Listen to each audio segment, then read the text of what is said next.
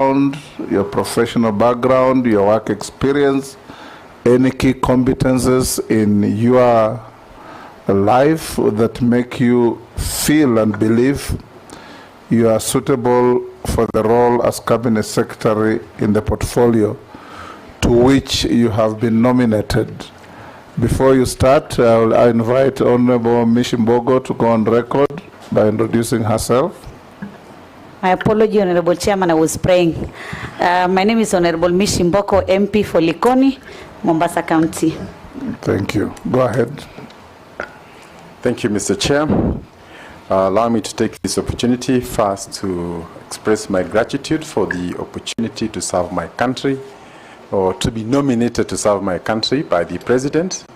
And I really want to say that I take this as a very solemn moment. We don't always get time to serve our country. So I come here in that context, and also wish to confirm that you have conferred me the title of CBS. I hold no such title. So thank you for that. Quickly going to myself, I want to say I'm a graduate of Kenyatta University, and I studied education, English and literature.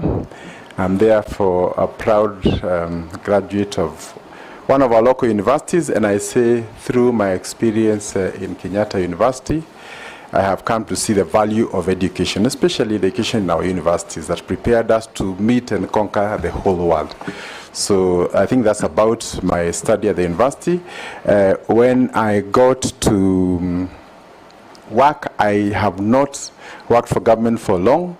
I taught briefly and then went to the corporate sector, where I worked in the oil industry before venturing into private business. In the year 2006, I vied in a by-election in Nakuru. I did not succeed, but the following year, which was a general election, I vied, succeeded, and was elected Member of Parliament for Nakuru Town. Then included East and West was one constituency. Further, in the Grand Coalition government, I was appointed the Assistant Minister for Roads, and I worked with the late Kipkalia Kones, and later with Franklin Bett and PS Michael Kamau, and together we worked very closely with the then President Mwai Kibaki in delivering the roads agenda that remains a huge legacy to date.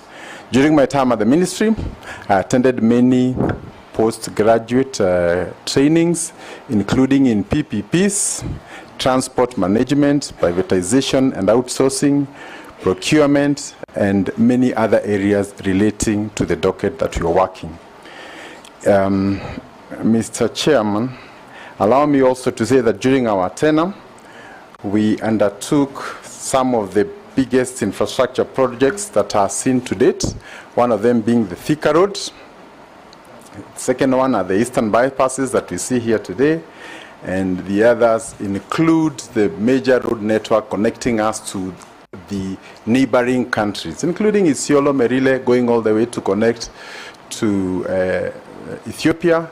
And I think the important part, Mr. Speaker, is that when I worked under the Ministry of Roads, we were actually looking at this docket from an infrastructure point of view. How do we connect with Uganda infrastructure-wise? How do we connect with Tanzania, with Ethiopia, and all these countries, and ensuring that there's smooth flow of goods and that our manufacturers have access to all those big markets, many of which do not have the advantage of manufacturing as we do have.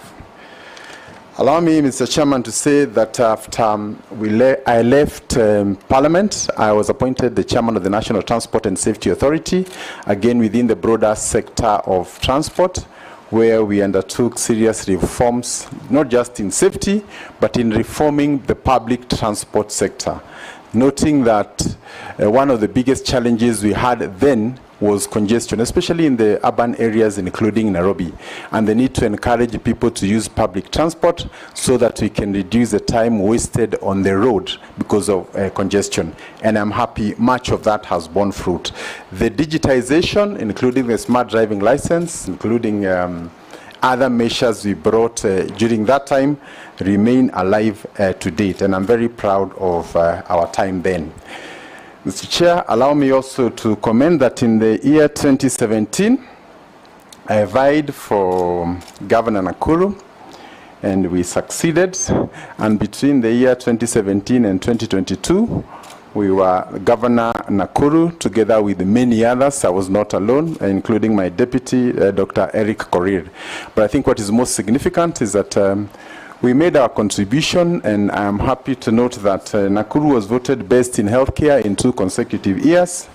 We also had our town, Nakuru, elevated into a city in the year 2021. And in the same year, I was voted the most business-friendly governor in Africa. And we take pride in some of this because they inform why we are also seated here today.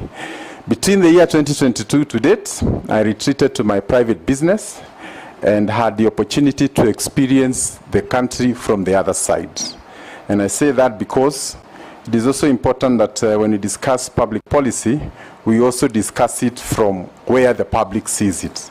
And I also had the opportunity to see how red tape affects business, how the cost of energy can hinder growth, and how taxation can impact businesses and hinder growth also. I also had experiences on how pending bills can bring businesses down, can impact on growth, and also how the management or mismanagement of politics can affect business across the country. So, Mr. Speaker, I say that I have sat both in Parliament, I've sat in the executive, I've also been at the county, and I've also sat on the Mwananchi bench. And therefore, coming into this conversation, we will be ready to work from all angles. Thank you. Thank you. I'll invite the Deputy Speaker to be the first to ask a question. Okay. Honorable Kinyanjui, I just have 3 related questions. One is that, as you know, in the past 10 years, the manufacturing sector in Kenya has remained stagnant at 11% of our GDP. If approved, what measures will you put in place to promote the growth of the local manufacturing sector? Also, there is the challenge of the influx of substandard counterfeit and contraband products into the local market through various border points, and this has reduced also the market share of locally manufactured goods. Again, I'd like to know the strategies that you'd put in place to curb that. Also, scrap metal industry in Kenya meets a huge demand in both the local and international markets, and it contributes to about 0.6% of Kenya's exports. If approved, what policies will you implement to ensure that this trade grows, but also strike a balance with safeguarding against vandalism? Thank you.